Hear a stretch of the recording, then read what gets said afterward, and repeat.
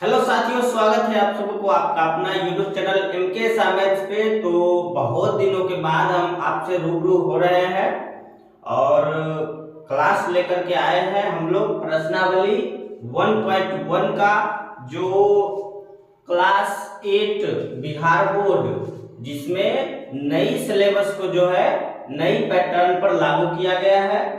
जो हो गया आपको यहाँ पर देख सकते हैं, गणित कक्षा 8 के लिए पाठ्य पुस्तक। तो ये बिल्कुल नई किताब है जो सरकारी विद्यालय में आप देखे होइएगा कि बुक जो है चेंज कर दिया गया है। तो हम लोग इसको बारी बारी से प्रश्नावली 1 उसके बाद उससे आगे धीरे धीरे हम लोग बढ़ेंगे। तो हम लोग आइए अभी देखते हैं, एकदम बारीकी से आपको समझाने का हम प्रयास करेंगे और आप लोग समझने का प्रयास कीजिएगा। तो यहाँ पर सवाल है निम्नलिखित प्रत्येक में गुणन के अंतर्गत उपयोग किए गए गुणधर्म का नाम लिखिए। गुणन मतलब क्या होता है? गुना। गुणन मतलब गुना। और यहाँ पर गुणधर्म, गुणधर्म मतलब क्या होता है? नियम। कि आप ये जो दिया हुआ है किस नियम के आधार पर यहाँ पर सवाल को लिखा गया है। तो इसको समझिएगा पहले।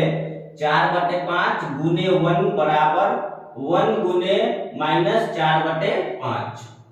तो आप एक को क्या पढ़ते थे? पहले इसको समझिएगा। एक, a गुने 1, अगर इसमें गुना करते हैं a गुने 1 में तो क्या हमको प्राप्त होता है? a प्राप्त होता है। तो हमने इस नियम को, आपने इसको क्या पढ़ा था? तो आपने पढ़ा था गुणात्मक तत्समक पढ़े थे। तो इस नियम को हम लोग क्या कहेंगे? गुणात्मक तत्समक। गुणात्मक तत्समक, इसको हम लोग गुणात्मक तत्समक के नियम से जानते हैं। तो ये आपको क्लियर हो गया। अब हम लोग आगे चलते हैं 2 नंबर में। यहां पर देखेंगे -13/17 गुने -2/7 बराबर -2/7 गुने -13/17। तो इसको समझिएगा। हम आपको यहाँ पर जो है एक वीडियो बताए थे जो चैनल पे पड़ा हुआ है, देखिएगा यहाँ पर a गुने b बराबर b गुने a।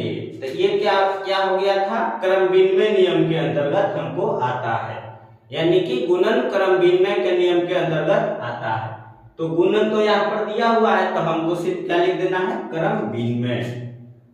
तो ये कौन नियम के आधार पर हो गया? क्रम विनिमय। क्रम विनिमय, ये हो गया क्रम विनिमय नियम के अंतर्गत हो गया। तो आप समझ सकते हैं। और 3 नंबर में आप देखिएगा, इसको भी बारीकी से आप समझिएगा। इसका भी पहले हम फॉर्मूला यहाँ पर लिख देना चाहेंगे। 2 नंबर वाला जो है ये होता है a गुने b बराबर हो गया b गुने a। तो ये आपको कौन सा नियम हो जाता है? क्रम विनिमय नियम, यानी गुणन क्रम विनिमय नियम। तो आइए इसको हम लोग समझते हैं।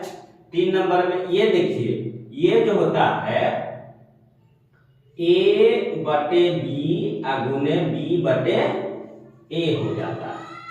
नहीं तो अगर इसको हम गुना करेंगे, किसी ऐसे ही रहेगा तो इसको काटिएगा तो यहाँ पर हमको कितना प्राप्त हो जाएगा? 1 प्राप्त हो जाएगा।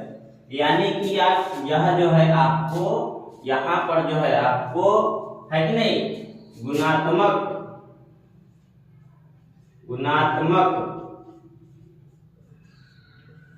ये हो गया आपको प्रतिलोम।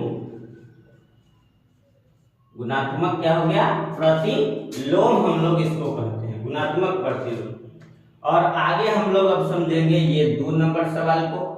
तो इसको हम पहले यहाँ पर मिटा देना चाहेंगे क्योंकि आप इसको समझ गए।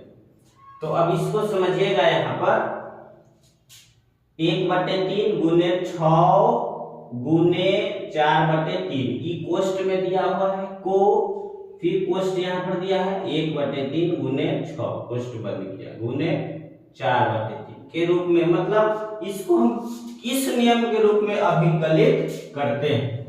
तो यहाँ पर देखिए ए गुने बी गुने सी, तो इसको समझ लीजिए ए गुने बी गुने सी, ये हो गया। बराबर क्या होता है यहाँ पर ए गुने बी और गुने सी, तो इसको हम लोग कौन सा नियम कहते हैं? तो साहचर्य नियम के रूप में जानते हैं, साहचर्य नियम के रूप में हम लोग जानते हैं। तो ये समझ में आ गया। देखिए ए गुना है, उसके बाद बी, ये गुना हो गया सी, उसके बाद हो गया ए, ये हो गया गुना में बी, ये हो गया सी। तो ये इसको हम लोग क्या जानते हैं? साहचर्य नियम के रूप में जानते हैं। तो आपको ये बारीकी से समझ में आ गया होगा, एकदम बारीकी से समझिए। गणित में किसी भी प्रकार के सवाल में दिक्कत हो बनाने में, तो आप हमसे एकदम बिना कोई झिझक के इस नंबर पर आप कांटेक्ट कर सकते हैं। इस नंबर पे आप जुड़ सकते हैं और आप जो है वहां पर बताया जाएगा। तो अगली वीडियो जो आएगी वो आपको हम फिर इससे आगे बताएंगे और पढ़िएगा। और नए चैनल पे नए हैं तो सब्सक्राइब कर लीजिएगा, अपने दोस्त यार को भी भेज दीजिएगा। Thank you.